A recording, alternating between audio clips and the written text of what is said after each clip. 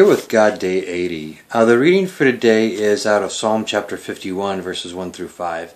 And in this psalm, the psalmist is writing a fairly moving, I guess I would say, fairly moving confession.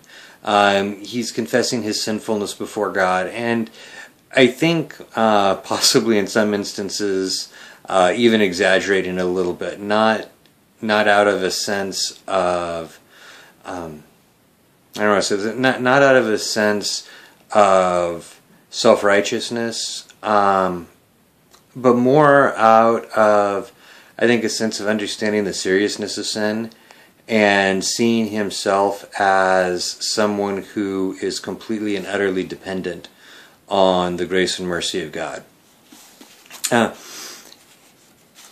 I think sometimes when we focus on sin, focus on our sin, it tends to be a debilitating thing. In this case, in this particular psalm, it's not.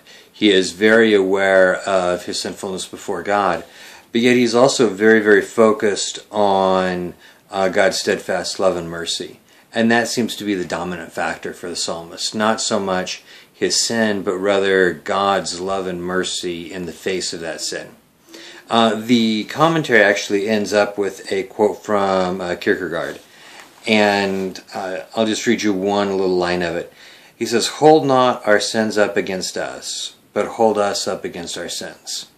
And I think that's what the psalmist is doing here, is not rehashing sin for the sake of dwelling on it, but rather for the sake of dwelling on God's mercy and grace, of God holding him up against his sin rather than holding his sins up against him.